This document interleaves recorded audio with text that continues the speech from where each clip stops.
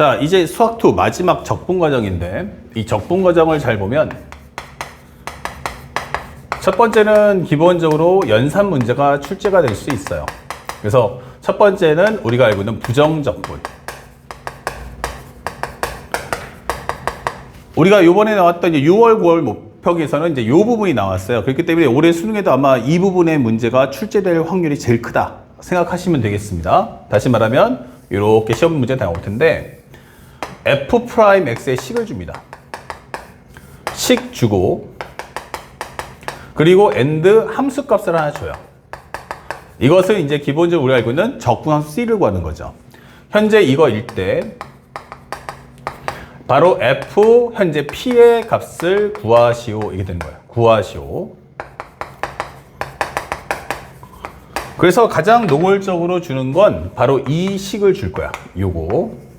그러면 우리가 알고 있는 기본적인 fx라는 건 뭐지? 라고 하면 바로 f'x를 적분한다 라는 점을 꼭 기억하시고 현재 여기서 만들어졌을 때 fx가 현재 뭐뭐뭐뭐 c 이렇게 나올 거예요. 그쵸? 그러면 현재 함수값 입력하여 함수값 입력 후 그 다음에 적분상수 c를 구하시면 되겠습니다. 적분상수 c 구하기 이렇게 설명을 해주세요. 그럼 첫 번째 컨셉은 이제 가볍게 문제를 풀 수 있겠고 그 다음에 두 번째는 정적분이 됩니다. 정적분. 현재 여기서는 이제 기초가 나와요. 기초 문제는 무엇입니까? 라고 하면 바로 함수식을 줍니다. 함수식이 있다. 그러면 우리가 알고 있는 이렇게 설명해 주면서 현재 A에서 B까지의 뭐뭐를 구하시오. 를 구하시오. 이렇게 시험에 나와요. 그러니까 부정적분을 안 낼 거라면 무조건 얘 하나 나와요. 그래야지만 수학이 약한 학생들도 이제 점수를 딸 수 있는 기회를 주겠다라는 메시지죠. 자, 함수식이 됩니다. 자, 그러면 현재 이때는 뭐 해야 한다? 그러면 이것은 해석 필요 없이 연산에만 집중을 잘 해주시면 되겠어요. 알겠습니까? 그 다음에 두 번째. 우리가 알고 있는 것처럼 기본적으로 조금 더 심화를 해준다면 어떨까? 심화해준다면 어떻게 나올까? 이 되는 거예요. 이때는 우리가 알고 있는 함수의 성질이 출제됩니다. 함수의 성질. 그러면 이 범위가 어떻게 나올 거냐? 라고 한다면 바로 마이너스 a에서 a까지 이렇게 줍니다. 마이너스 a에서 a까지. 자, 이렇게 하면서 상대방이 주는 건 여기다 함수식을 줄 거야. 자, 이렇게 함수식을 제공해서 함수식을 줘서 이것을 구하시오. 이게 출제하죠. 그러면 이것은 우리가 함수 중에서 어떤 부분을 볼 거야? 라고 출제하냐면 철저하게 뭐 한다? 함수의 대칭 성질을 쓰겠다라는 메시지예요. 이것은 함수의 대칭 성질. 함수의 대칭 성질. 이렇게 되는 거죠. 그래서 우리가 알고 있는 y축 대칭, 일명 우리가 알고 있는 우함수라고 하는 y축 대칭과 그 다음에 원점 대칭 라고 하는 현재 기함수에 관련돼서 질문을 하겠다라고 설명하는 거죠. 그래서 우리가 알아둬야 될 내용은 첫 번째, 만약 우리가 y축 대칭이다 라고 한다면 전부 다 특징이 뭐죠? 라고 하면 그래프를 그렸을 때 바로 이것에 관한 대칭이다 라고 설명이 됩니다. 그래서 그림을 그려준다면 이런 그림이고 현재 마이너스 a에서 a까지 이렇게 정적분을 해달라 이게 되는 거예요. 그러면 결국 우리가 보다시피 한쪽의 값과 반대쪽의 값이 똑같기 때문에 이런 경우는 우리가 알고 있다시피 마이너스 a에서 a까지 fx dx를 해준다는 것은 왼쪽을 구하든 오른쪽을 구하든 상관없어요. 그냥 일반적으로 구한다면 한쪽의 값을 구해서 이것을 몇 배? 2배 해달라라는 메시지라는 걸 잊지 맙시다. 그러다 보니까 우리가 다항함수인 경우는 차수가 짝수, 차수는 짝수, 오어 아니면 상수. 예, 상수함수도 우리가 알고 있는 y축 대칭이죠. 그렇기 때문에 이렇게 컨셉을 내서 학생들에게 해석을 할 수 있는지, 그래서 연산의 양을 좀 줄여보자 라고 설명하는 거고, 그 다음에 두 번째, 원점 대칭 라고 한다면 현재 이렇게 되는 과정 중 나는 원점에 관한 대칭이다 라고 설명을 내겠다는 거예요. 그러면 원점 대칭이면 이런 식의 컨셉이 될 거고, 그랬을 때 우리가 알고 있는 것은 여기서 마이너스 a에서 a까지 정적분을 한다면 이 값과 이 값의 크기는 같죠. 같은 대신에 부호가 반대이기 때문에 이것은 정적분을 할 때의 값이 마이너스 a에서 a까지 fx dx라는 값은 0이다 라고 설명이 되는 거예요. 그래서 이런 경우는 보통 일반적으로 차수가 전부 다 홀수다 라는 점을 절대로 잊으시면 안 됩니다. 그래서 이 안에 있는 함수의 내용들 중에서 fx 중에서 차수가 홀수인 건 다 제거하시고, 차수가 짝수나 상수항이 있다면 범위를 반으로 줄여서 2배로 늘려주시면 되는 거예요. 아마 현재 올해 수능을 보시는 분들이라면 여기까지 과정 충분히 이해할 수 있다 생각하고요. 그 다음에 선생님이 높아심에 걱정한다면 킬러 문제가 나올 수 있어요. 그러면 가장 어려운 난이도가 어디서 나오냐면 바로 여기서 나오는 겁니다. 그러면 킬러는 어떻게 나올 거냐 라고 하면 여기서 이런 언급이 뜹니다.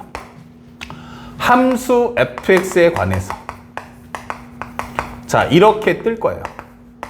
그리고 여기에 뭐가 뜰 거냐면 바로 가나다가 뜹니다. 가나다. 자, 이렇게. 그리고 결정적인 건 마지막에 인테그랄 a에서 b까지 fx dx를 구하시오 라고 출제합니다. 그러면 이 문제의 가장 하이라이트는 뭐냐면 목표는 적분값 구하기예요. 목표는 적분값 구하기. 그러면 이 문제의 주제는 뭘까요? 그러면 이 적분값을 구하려면 뭘 알아야 돼? 그러면 함수 fx의 식을 구해야 돼요. 함수 fx의 식 구하기, 이게 되는 거예요. 그래서 우리가 알고 있는 킬러 문제의 가장 전형적인 스타일이다. 그러면 앞쪽에 있는 이 문장은 뭘 말할 거냐라고 한다면 바로 함수 fx의 상태를 제시합니다.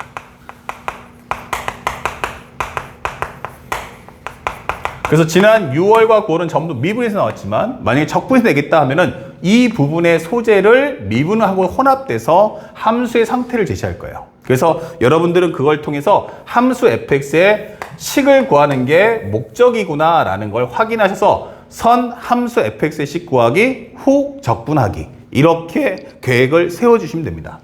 그래서 풀이하는 과정은 첫 번째 함수 fx의 식 구하시고요. fx의 식 구하기. 그 다음에 두 번째는 바로 정적분 연산하기, 이게 되는 겁니다. 정적분 연산하기, 이렇게 되는 거죠. 그래서 첫 번째 과정, 이 부분이 사실은 킬러로서 가장 잘 나오는 문제입니다. 그래서 학생들한테 만약에 많은 또 수능을 준비하는 과정에서의 문제 좀 많이 푼다면 그때 어렵다라고 할 때 맨 마지막 멘트를 보세요. 혹시 정적분을 구하라고 하지 않는지. 정적분 구하는 게 맞구나. 그러면 요거는 버리고 요 위쪽에서의 목표는 함수 fx의 식을 구하는 게 목적이구나 라는 생각하에서 문제를 집중해 주시기 바랍니다. 물론 최고차수를 알려주는 다항함수면 쉽겠지만 그냥 함수 fx다 그러면 보통 이런 경우는 일반적으로 구간마다 함수식이 달라진다. 특징, 함수라고 하면은 구간마다 함수식이 다르다.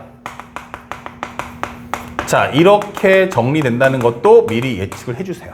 그래서 fx라는 것은 현재 우리가 알고 있는 것처럼 x가 a에서 c까지는 현재 이런 식의 흐름을 따라갈 거고 c부터 b까지는 현재 이런 식의 식을 따라갈 거야. 이런 어떤 구간마다 식이 달라지는 현상을 일반적으로 보여준다. 알았죠? 그러니까 그 점을 절대로 잊지 마시고 공부하시기 바랍니다. 근데 현재 올해 6월 9월 평가를 토대로 했을 때는 바로 이 1번만 출제했다. 하지만 우리가 수능을 준비한다면 어떻게 나올지 모르죠. 왜냐면 6월 9월이 다 미분이었기 때문에 올해 수능 때도 미분이 낼 수 있지만 방향만 틀어준다면 굳이 맨 마지막에 미분값 왜 물어봐? 바로 적분값, 함수값이 f8을 구해라가 아니고 0부터 1까지 fx, dx를 구해라 라고도 출제할 수 있다는 걸 꼭 기억해 주시기 바랍니다. 아시겠죠?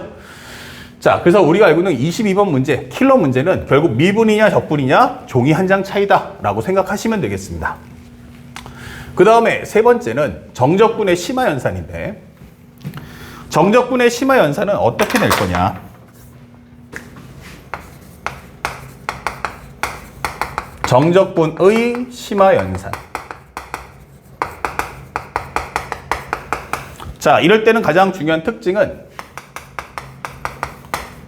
함수식을 모른다 이 되는 거야.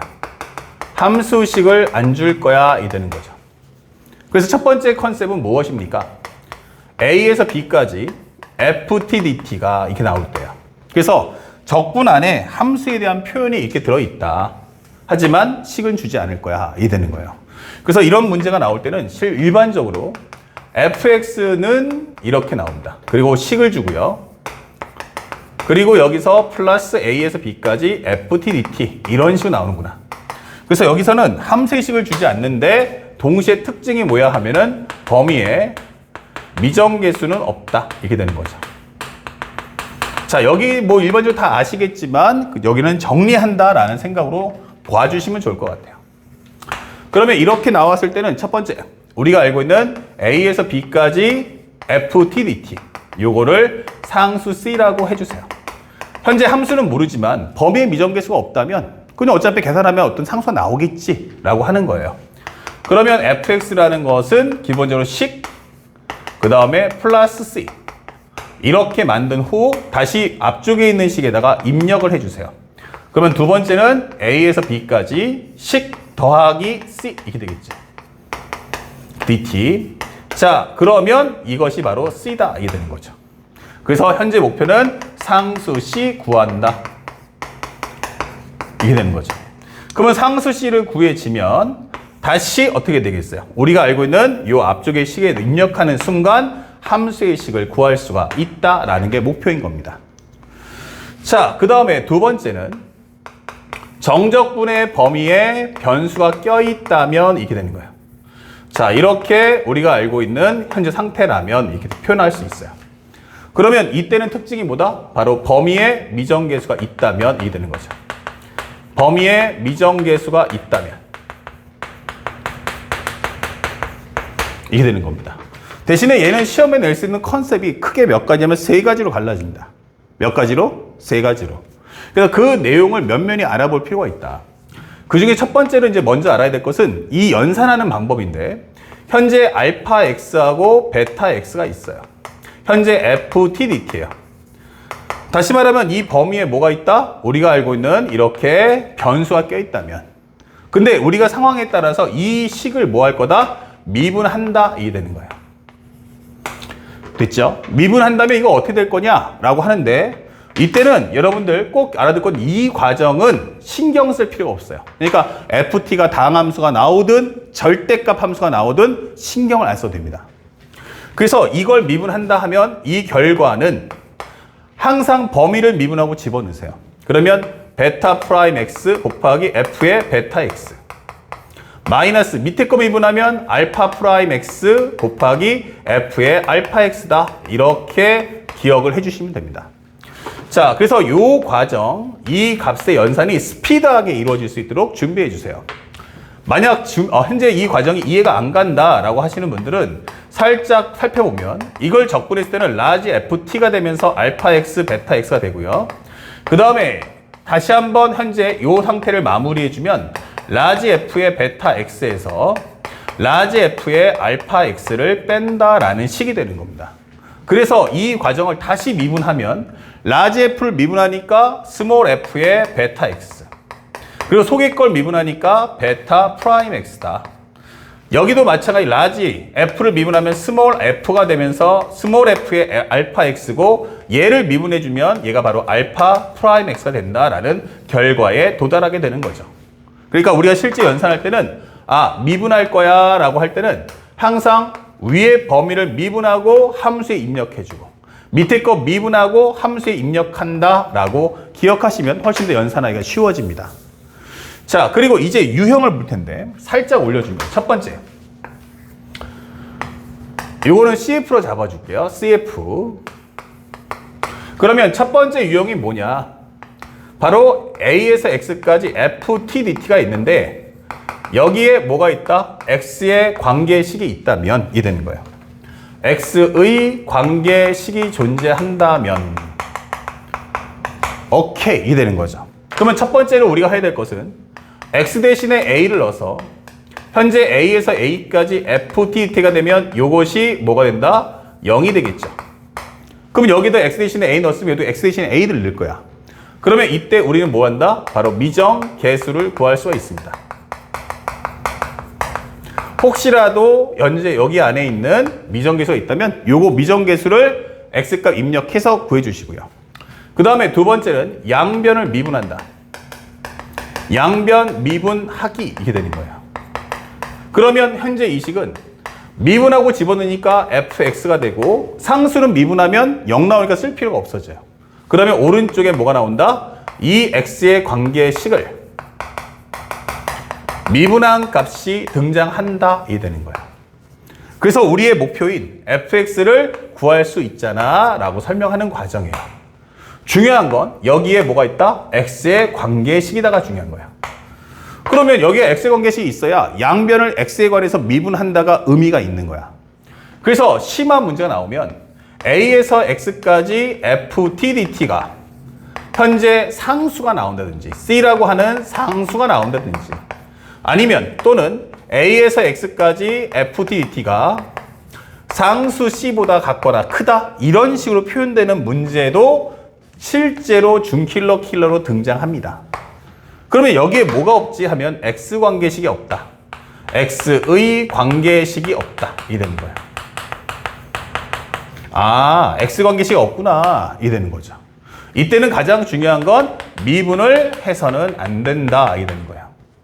그러면 현재 이것은 가장 중요한 건 그래프 fx, 함수 y는 ft의 그래프를 그린 후 함수 ft의 그래프를 그린 후 x의 값에 따른 x의 값에 따른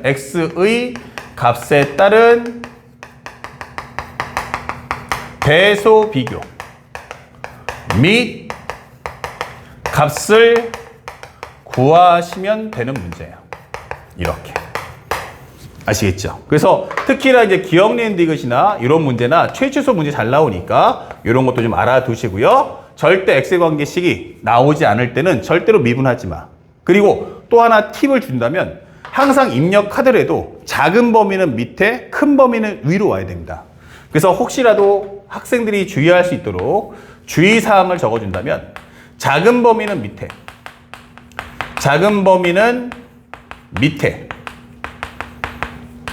작은 범위는 밑에 이렇게 그리고 큰 범위는 위에 두십시오. 큰 범위는 위에 설정한 후 해석하기라고 설명하시면 되겠습니다. 아시겠죠? 자, 이렇게 공부를 해주시고요. 자, 시험에 나올 수 있는 가장 이제 킬러 포인트 중에 하나가 바로 3번인데 3번이 뭐야? 라고 한다면 바로 함수에 대한 표현이 됩니다. gx는 a에서 x까지 ftdt로 나올 거야. 이게 되는 거예요. 다시 말하면 함수의 표현이 나오는구나. 자, 이렇게 설명할 수 있는 거예요. 그러면 이때는 무작정 양변을 미분한다가 아니에요. 이때는 조건문에 맞춰